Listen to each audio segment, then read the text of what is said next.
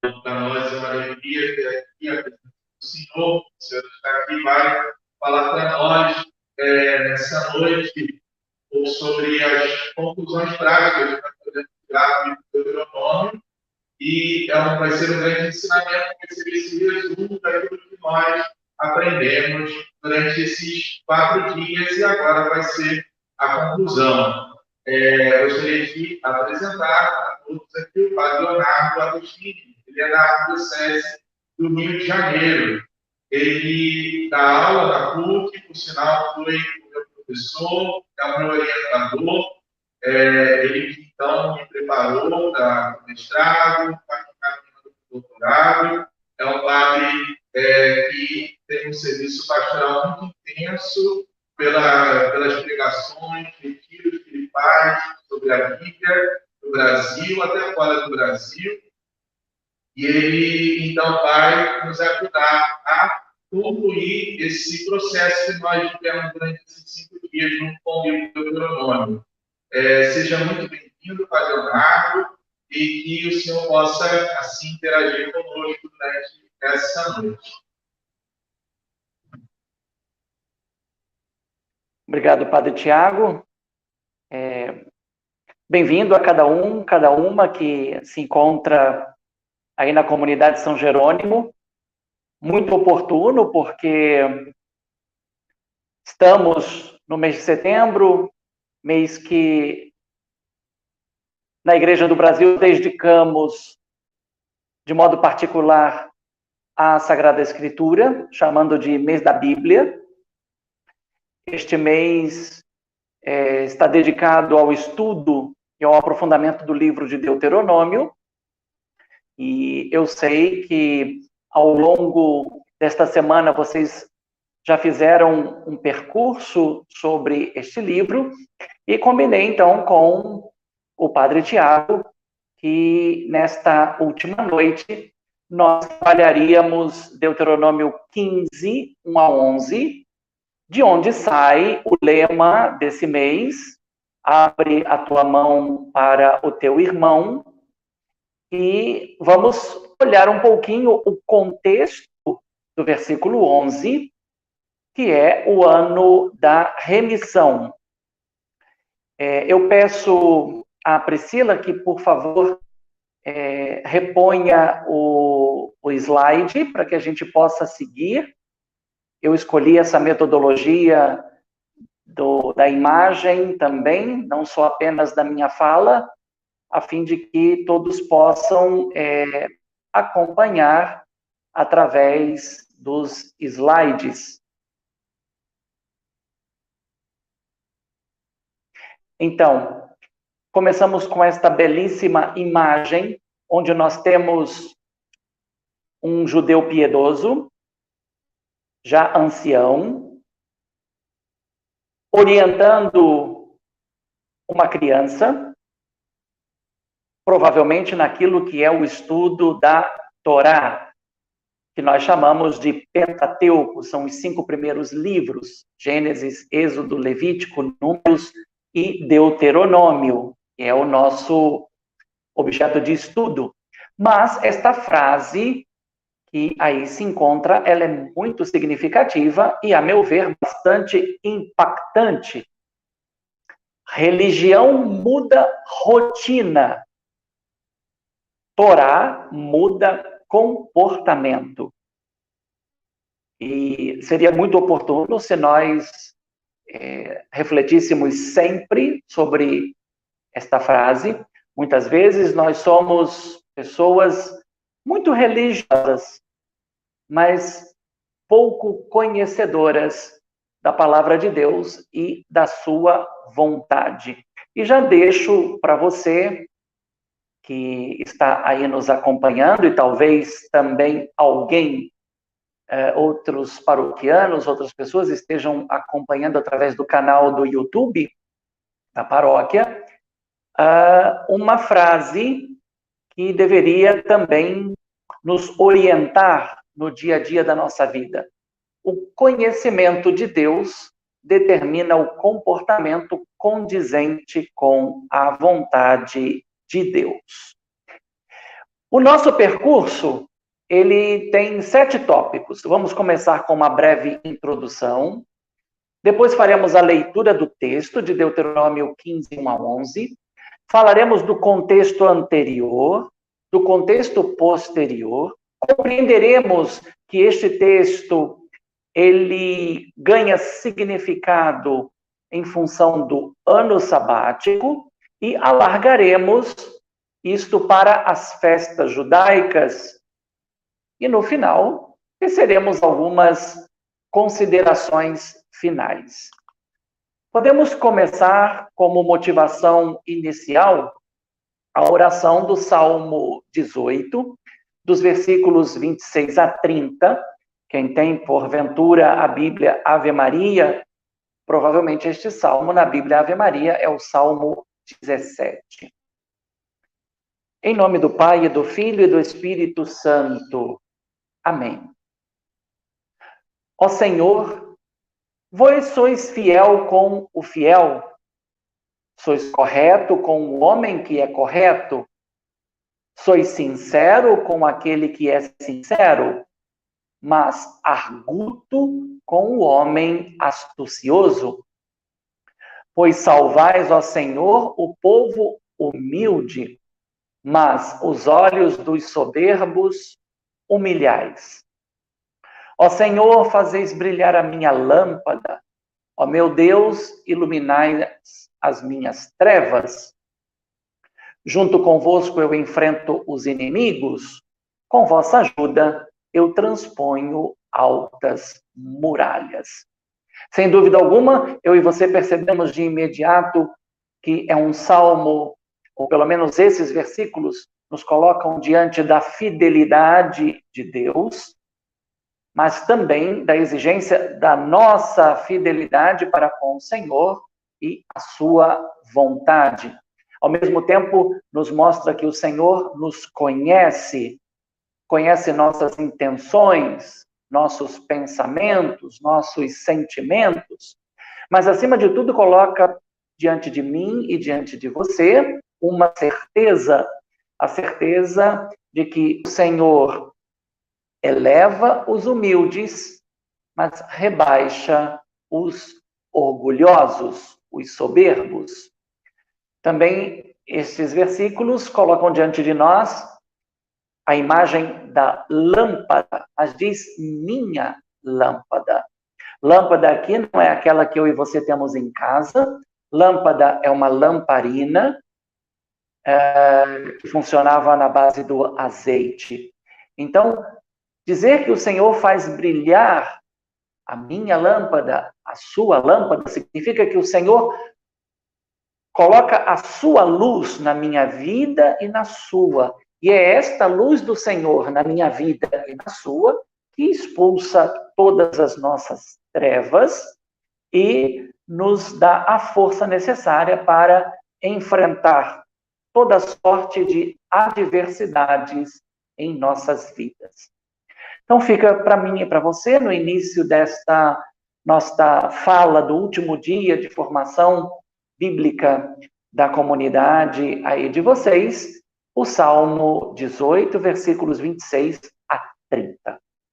Então, vamos começar com uma breve introdução ao nosso tema. Do ponto de vista literário, o livro de Deuteronômio, por um lado, pode ser visto como se fosse o testamento que Moisés, antes de morrer, deixou para o povo. Testamento aqui no sentido de herança. Na Bíblia, um patriarca não morre sem deixar para os seus descendentes a herança. E a herança que Moisés tem para deixar ao seu povo é o seu testamento. O livro de Deuteronômio, por outro lado, revela o porquê se fez necessária a renovação da aliança do Senhor nas estepes de Moabe com o novo Israel, que nasceu e cresceu durante o tempo do deserto. Importante a gente verificar que aqueles que saíram do Egito, guiados por Moisés, não entraram na terra prometida porque foram rebeldes.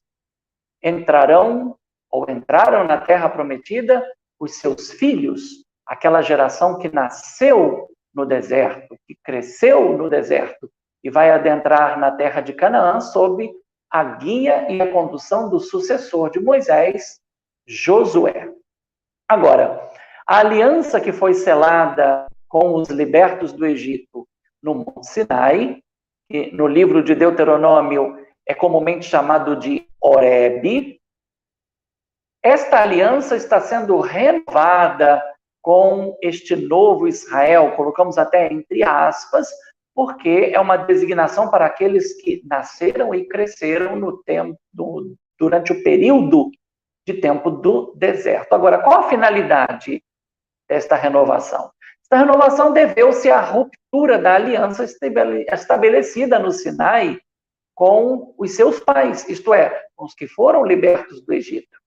Preciso lembrar que a ruptura foi causada pela fundição e idolatria do bezerro de ouro, que está lá no capítulo 32 do livro de Êxodo, e esta memória é resgatada no livro de Deuteronômio, no capítulo 9, versículo 7, ao capítulo 10, versículo 11. E ao lado disso também está a falta de confiança que o povo teve na divina providência. Então, sirva-nos esta breve introdução e agora nós podemos adentrar no texto, Deuteronômio 15, 1 a 11. Ao final de cada 7 anos realizarás a remissão. Esta é a regra sobre a remissão. Cada credor perdoará o que tiver emprestado a seu próximo. Não pressionarás seu próximo e seu irmão, porque se proclama uma remissão do Senhor. Poderás pressionar o estrangeiro, tua mão, porém, perdoará teu irmão que te pertence. Desse modo, não haverá no meio de ti um pobre, porque certamente o Senhor teu Deus te abençoará na terra que te dá por herança para possuí-la. Se apenas de fato escutares a voz do Senhor teu Deus, observando e praticando toda esta ordem que eu te ordeno, visto que o Senhor teu Deus te abençoará como te falou, então emprestarás a muitas nações, mas tu não pedirás empréstimo. Dominarás muitas nações, mas sobre ti elas não dominarão. Se junto de ti houver um pobre, um dentre teus irmãos, em um dos portões de tuas cidades, na terra que te dá o Senhor teu Deus, não endurecerás teu coração e não fecharás a mão a teu irmão pobre, mas lhe abrirás generosamente a mão e com largueza emprestarás, de acordo com a necessidade dele, o que lhe for necessário. Guarda-te de que não haja algum pensamento ímpio em teu coração, ou que digas, está próximo o 7º ano, o ano da remissão. Cativo seria teu olhar contra teu irmão pobre, e nada darias para ele. Então ele clamaria contra ti ao Senhor, e contra ti estaria um pecado. A ele darás largamente, assim não será cativo teu coração ao lhe dar, porque por causa desta palavra, o Senhor teu Deus te abençoará em cada obra e em cada feito alargado de tuas mãos. Visto que não faltará um pobre no meio da terra, por isto eu te ordeno, abre generosamente tua mão ao teu irmão, ao teu humilhado e ao teu pobre em tua terra. Este é o contexto do lema do nosso mês da Bíblia, que saiu do versículo 11. Moisés está colocando diante do novo Israel, que está para adentrar na terra de Canaã, uma condição indispensável para que se viva feliz e se experimente as bênçãos de Deus.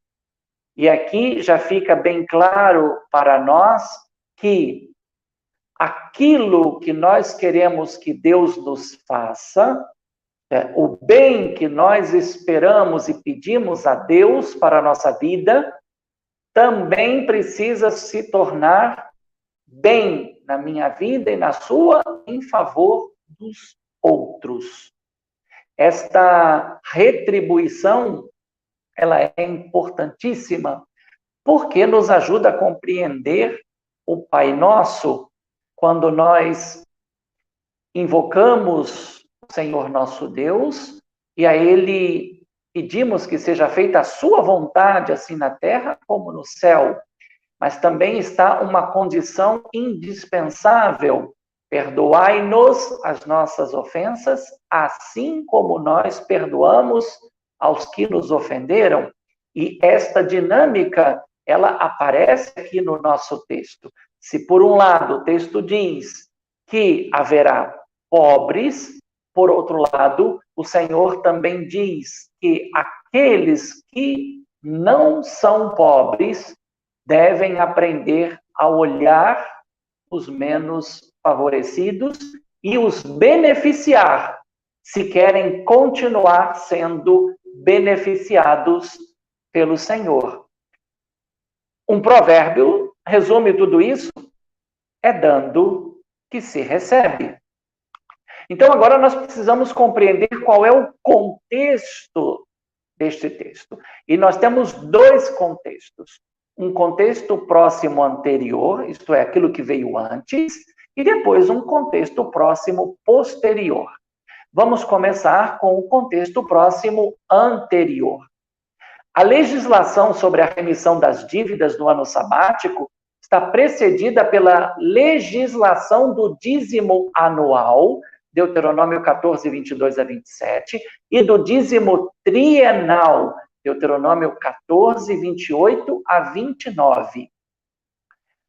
Ambas as legislações têm a ver com o Senhor, que é o proprietário da terra. Vejam que interessante. O povo vai entrar, vai tomar posse, mas aquela terra não é dele. Aquela terra é propriedade do Senhor.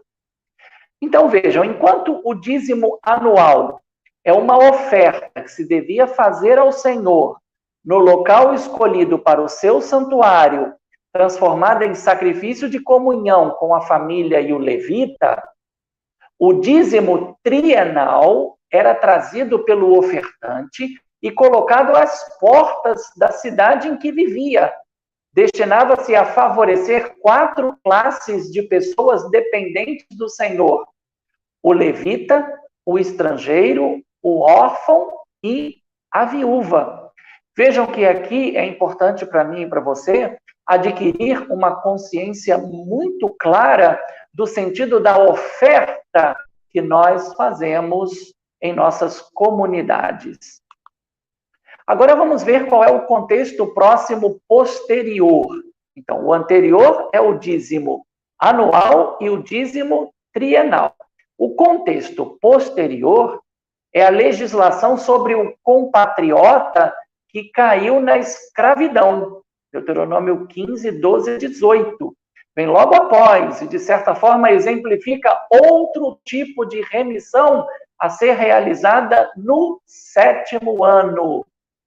A ênfase recai sobre o perdão total das dívidas e um ato compensatório que superam o que se encontra previsto no Código da Aliança. Por quê? Porque nós temos 3 códigos legislativos no Pentateuco. O Código da Aliança, que está no livro do Êxodo, o Código da Santidade, que está no livro de Levítico, e o Código Deuteronômico, que está no livro de Deuteronômio.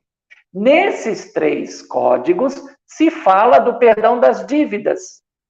Porém, a gente nota que no livro de Deuteronômio, os dons que se devem dar ao escravo libertado evocam o ato dos filhos de Israel que espolharam os egípcios antes de sair do Egito.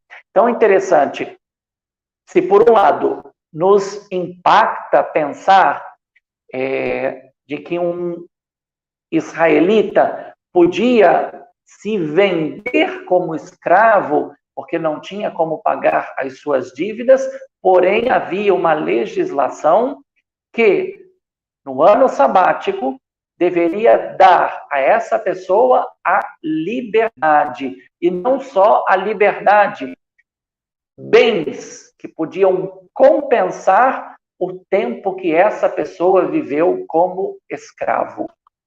Além disso, vejam, o critério para tal atitude é a memória da opressão vivida no Egito e o resgate operado pelo Senhor. Em outras palavras, nós nunca podemos esquecer aquele momento em que fomos alcançados e beneficiados por Deus na nossa vida.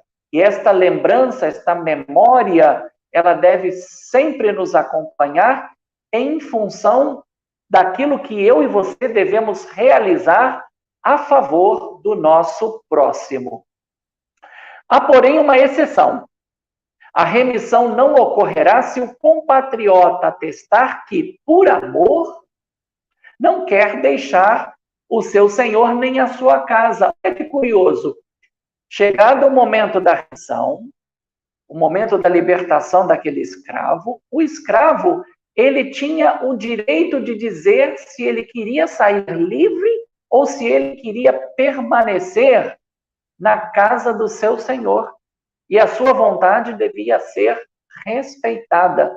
E aí segue um rito de vínculo permanente. Do momento em que ele declarasse que queria permanecer na casa do seu senhor, então aquele vínculo se tornava permanente.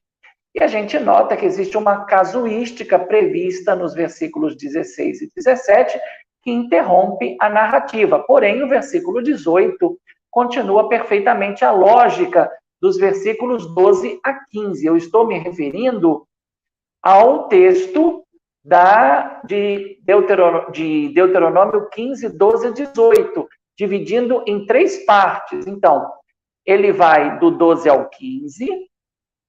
Depois, parece que os versículos 16 e 17 interrompem essa narrativa, mas ela continua perfeita no versículo 18. Então, quais são os 2 contextos do nosso texto de Deuteronômio 15, 1 a 11?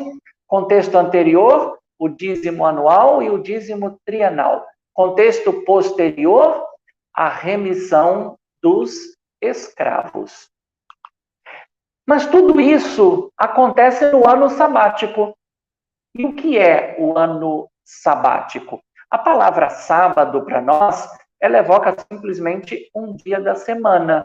Mas, na tradição bíblica, é o 7º dia, e o ano sabático é o 7º ano. Então, vamos ver como é que isso funciona.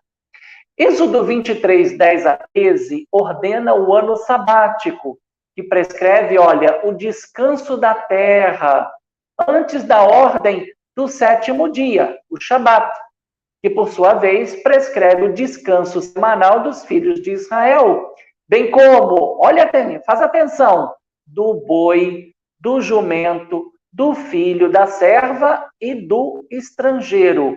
A questão aqui é que o ano sabático, ele está vindo como uma ordem antes da ordem do 7º dia. E isso tem a ver com os 2 primeiros textos do livro de Gênesis. Por quê? Porque em Gênesis 2, 4b a 25, o Senhor primeiro plantou um jardim e só depois fez o ser humano, a fim de que pudesse cultivá-lo. Então, o dom da terra veio antes do dom do ser humano. Por isso, o ano sabático foi colocado antes do dia do descanso, porque o dia do descanso aparece no primeiro relato da criação, na primeira página da Bíblia, em Gênesis 1, 1 a 2, 4a. E no finalzinho, a gente lembra que Deus, depois de ter feito toda a criação, no 7º dia, ele descansou. Então, o Shabat, o 7º dia, é a coroa da semana. Mas a coroa da semana em função deste descanso de Deus, que não é outra coisa senão a contemplação de tudo aquilo que ele fez. E a gente precisa lembrar que no primeiro relato, várias vezes se diz que Deus viu que era bom, mas quando chegou no ser humano, Deus viu que era muito bom. Então, o que é o ano sabático? No 7º ano, após a entrada dos filhos de Israel na terra de Canaã, é aí que começa a contagem. No 7º ano, a terra descansa. Em contrapartida, o 7º dia de cada semana é o descanso dos filhos de Israel, do seu boi, do seu jumento, do filho da sua serva e do estrangeiro. A gente já começa a notar que o Shabat e o ano sabático são ordens do Senhor que visam proteger a integridade da terra e a integridade e a saúde dos seres humanos e dos animais. No dizer de Papa Francisco, nós poderíamos chamar isso de ecologia integral. Continuando ainda sobre o ano sabático, né, a lógica é simples, mas ela também pertinente. Por quê? O ritmo dado ao trabalho do ser humano e da terra estão fundamentados no ritmo de trabalho realizado pelo próprio Deus. Em outras palavras, aqui, em verdade, mais do que em outras palavras, seria importante lembrar de uma coisa que Jesus disse no Evangelho de João: o meu Pai trabalha, eu também trabalho. Então, o ritmo do nosso trabalho e o ritmo do trabalho da terra, chamada a ser cultivada e a produzir frutos, este ritmo advém do trabalho realizado na criação pelo próprio Deus. Por isso, o Shabat se torna determinante para o calendário das festas previstas na Torá, que é o que a gente vai ver. Através das festas, o trabalho do ser humano e o trabalho da terra manifestam que, a exemplo do seu Criador, são capazes de produzir, a terra é capaz de produzir, e de se reproduzir. Então, interessante, o descanso está exatamente em função da produção da terra melhorar e da reprodução do ser humano, dando continuidade à obra da criação pela qual Deus é glorificado. Então, a dinâmica temporal que dá ritmo às festas tem a ver com o ciclo semanal e o Shabat. Para nós, na nossa tradição cristã, o nosso dia de descanso é o domingo, e é um descanso não para nós não fazermos nada, mas é o descanso para nós glorificarmos o Senhor nosso Deus, que nos libertou da escravidão do pecado e da morte, ressuscitando no primeiro dia da semana, o domingo.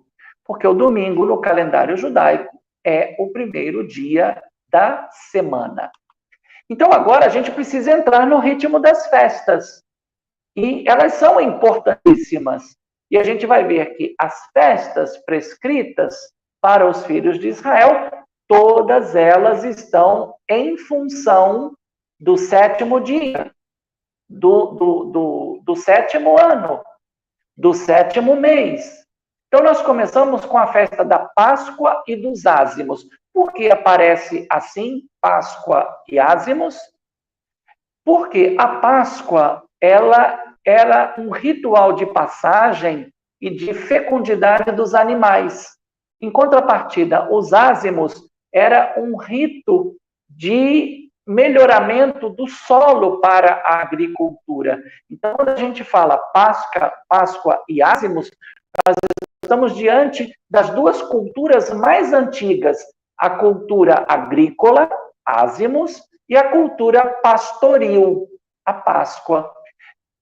Esta festa, ela acontece no calendário judaico no mês chamado Nissan, e que corresponde aos nossos meses de março e abril.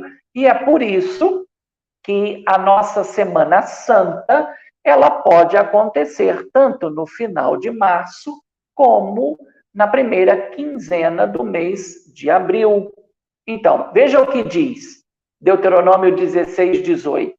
Por 6 dias, opa, já nos faz lembrar dos 6 dias da criação. Por 6 dias comerás ázimos, o pão sem fermento. E no 7º dia, no Shabat, haverá uma solene assembleia para o Senhor teu Deus. Proibição?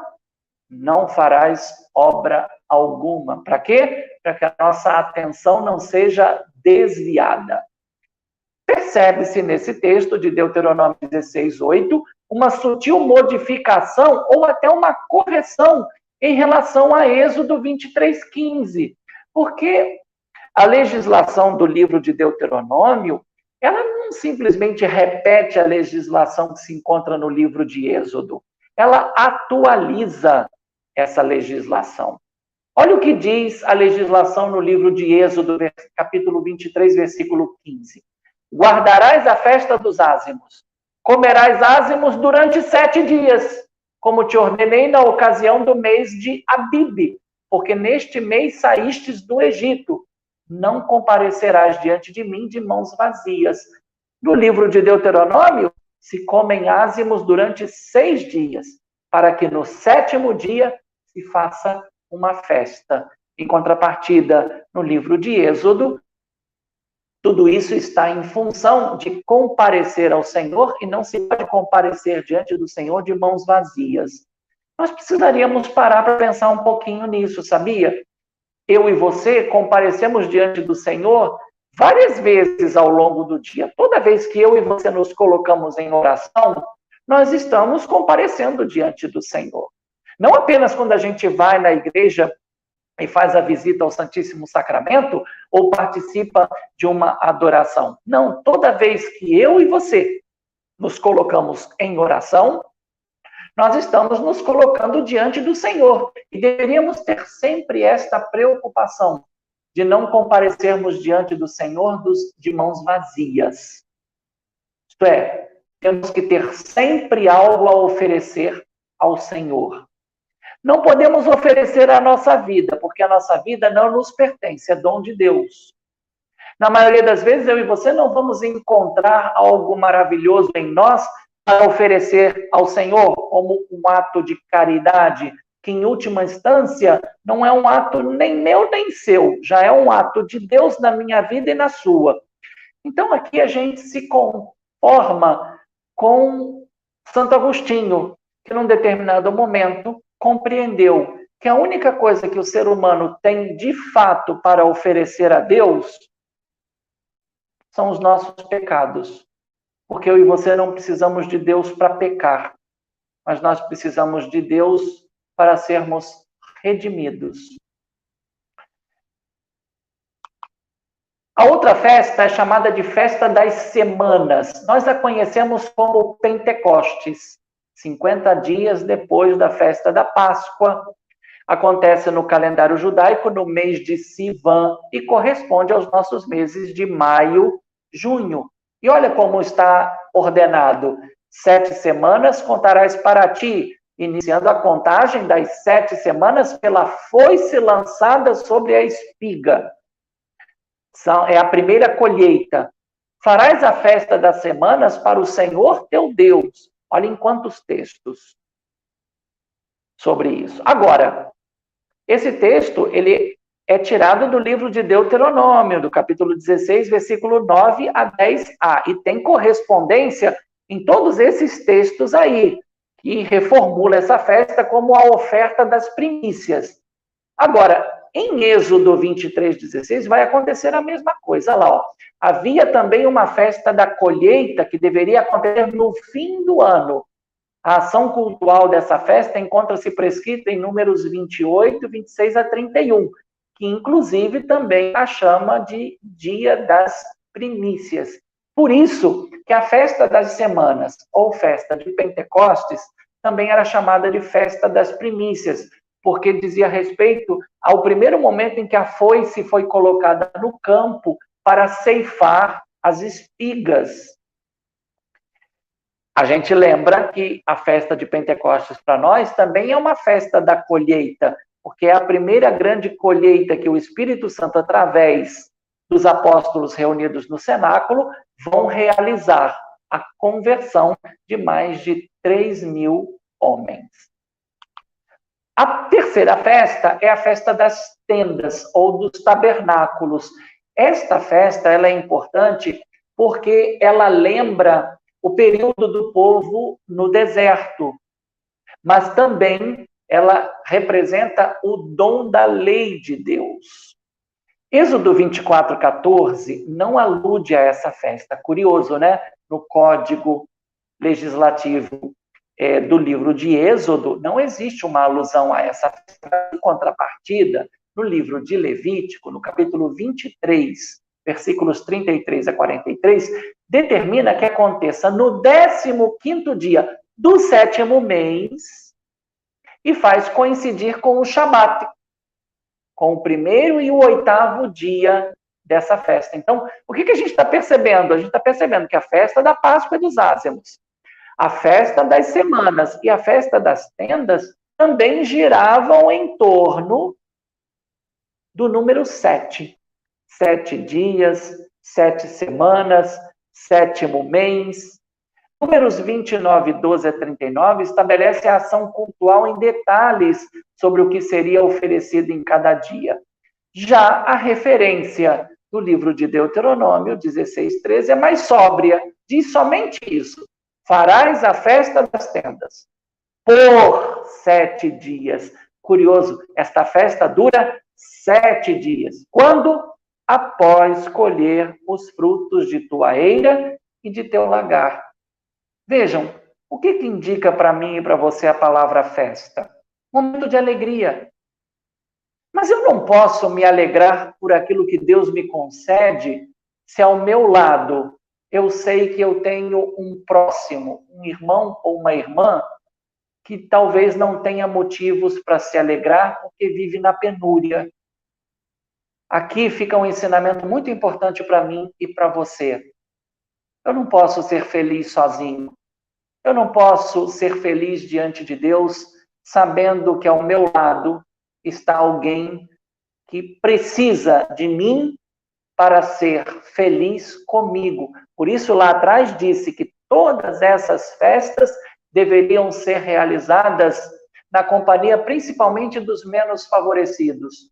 O órfão, a viúva, o estrangeiro e o levita. Podemos, então, agora ir para as nossas considerações finais, não é? Dizendo que na Torá estão previstos 2 tipos de ano sabático, que teriam começado a ser contados a partir da entrada dos filhos de Israel na terra de Canaã. Lembrando, Moisés está transmitindo a sua herança, o seu testamento, ao novo Israel, que está para entrar e conquistar a terra. Porém, do momento em que entra, começa essa contagem para o 7º ano, o ano sabático.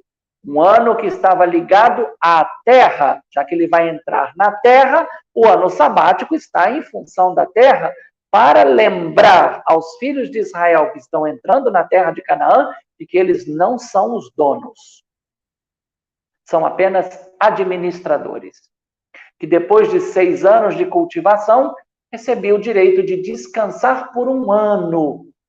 E durante o 7º ano, o que livremente brotasse nessa terra não pertencia ao, entre aspas, dono dela, não. Pertencia aos menos favorecidos. Eles tinham direito de entrar e colher o que a terra livremente produzisse. Já o outro ano sabático, ele estava ligado à remissão das dívidas contraídas. É o que nós lemos lá, Deuteronômio 15, 1 a 11. Ou causadas por uma escravidão voluntária, em Deuteronômio 15, 12 a 18. Então, qual é o sentido do ano sabático e qual é o sentido do lema do nosso mês da Bíblia? Abre a tua mão para o teu irmão. É a consciência que eu e você devemos ter diante da terra e diante de nós mesmos e do nosso próximo, de que todos nós somos dependentes de Deus. Ambos, porém, estão fundamentados, como eu disse, no Shabat semanal, isto é, no dia do descanso do Senhor, após ter criado todas as coisas e que está prescrito no Código da Aliança. O ano sabático, então, é uma ampliação que deriva do 7º dia da semana. Como o ser humano descansa a cada 7 dias, aqui a gente tem que parar para pensar, né? Tá difícil. Hoje, esse ritmo frenético, que agora tem um pé no freio por causa da situação pandêmica que estamos vivendo, muitos já não sabiam mais o que era ter um dia de descanso.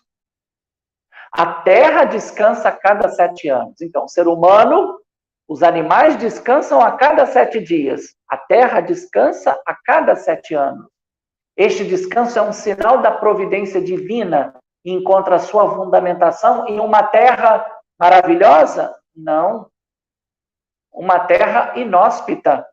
Esta lei foi dada no deserto, não foi dada quando eles já estavam lá na terra de Canaã, na terra que corre leite e mel, não.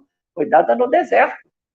Na proibição da coleta do maná no 7º dia. Se a gente for lá a Êxodo 16, né, está dito que eles vão fazer a colheita do maná durante 6 dias.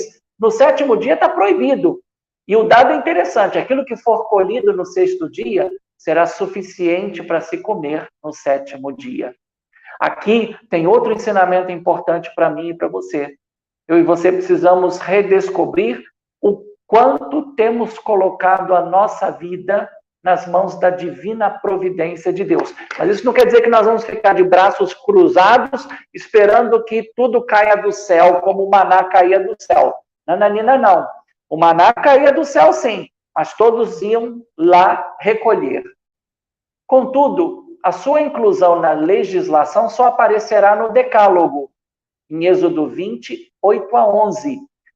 A questão do sábado, e tem a ver com o descanso do Senhor após a criação. Em contrapartida, no Decálogo, nos 10 mandamentos, que estão também presentes no livro de Deuteronômio, no capítulo 5, versículos 12 a 15, não tem a ver com o 7º dia da criação. Tem a ver com a libertação do Egito e o dom da terra de Canaã. Por quê? Porque quem sai do Egito sai para entrar numa outra terra. Se sai da condição de escravo para se entrar na condição de livre, de liberto, numa terra boa e fértil. E de que maneira? No deserto se recebeu o conhecimento de Deus e da sua vontade, que deve determinar o comportamento do povo na terra prometida.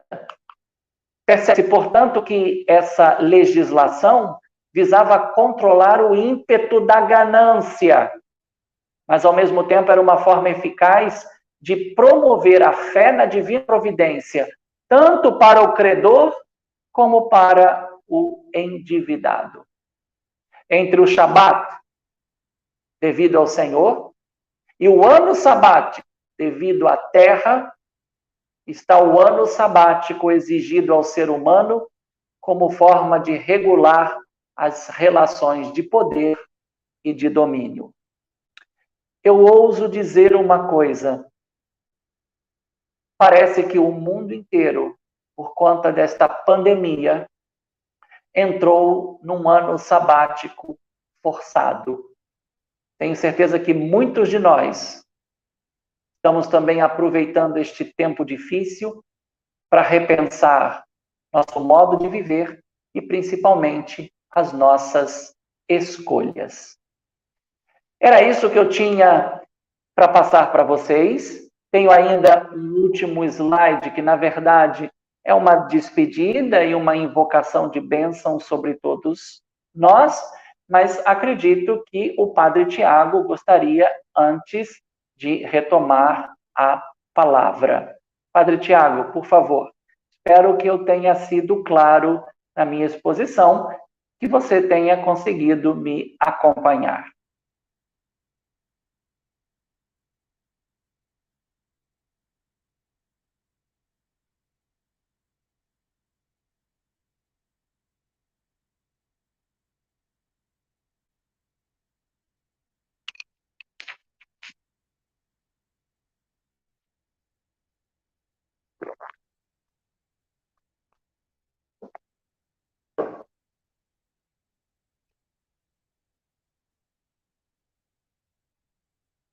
Padre Tiago, pode retomar a palavra, por favor?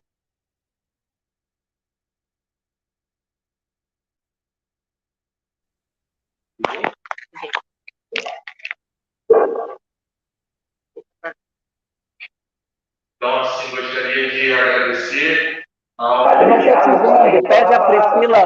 Pede a Priscila aí para colocar a imagem para eu te ver. Gostaria, em lugar assim, de agradecer a sua disponibilidade, o seu serviço.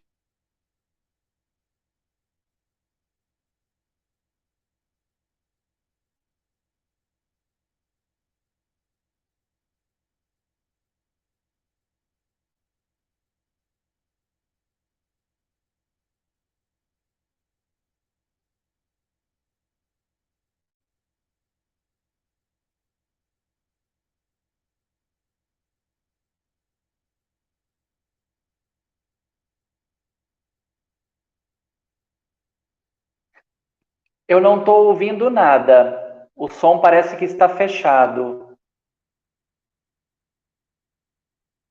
Opa, melhorou bastante. Estamos nos vendo agora. Aqui direto. Aí se eu encerro aqui direto. Sim. É por isso aqui. Calma aí que eu vou virar. Eu vou falar com ele. Então, Padre Leonardo, nós estamos aqui com um pouco de... Tudo ao vivo, tudo ao vivo. Então, quem sabe faz ao vivo. Olha só, Padre. Nós estamos aqui com um atraso de aproximadamente 7 segundos. Então, Sim. até mais, que a Priscila está falando aqui. Então, isso está dificultando um pouquinho o contato propriamente pelo microfone e para poder interagir contigo aqui. Mas apenas o que eu gostaria de, mais uma vez, agradecer a sua disponibilidade, agradecer por estar aqui conosco. Foi muito bom, foi muito importante a gente entender esse valor do descanso, o valor do Shabat, e perceber esse tempo de Deus como um tempo providencial. E é isso que a gente gostaria de hoje ter uma questão mais prática aqui para eles. Então, muito obrigado. Pode fazer o encerramento aqui pelo slide, aí dá para nós a bênção final, que aí depois eu faço o encerramento com eles aqui de um sorteio de uns brindes que a Voz entregou para nós. Okay? Coisa boa. Então,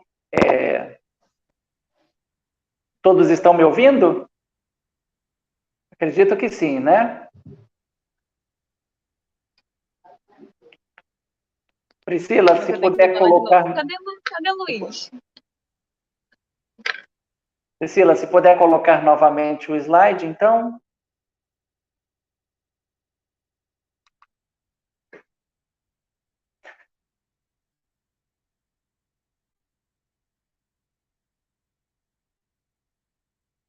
Isso.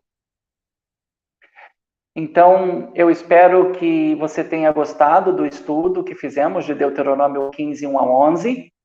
Fica aqui minha gratidão ao Padre Tiago por este convite. Já me comprometo de uma próxima vez estar pessoalmente aí com vocês para uma próxima partilha da Palavra de Deus.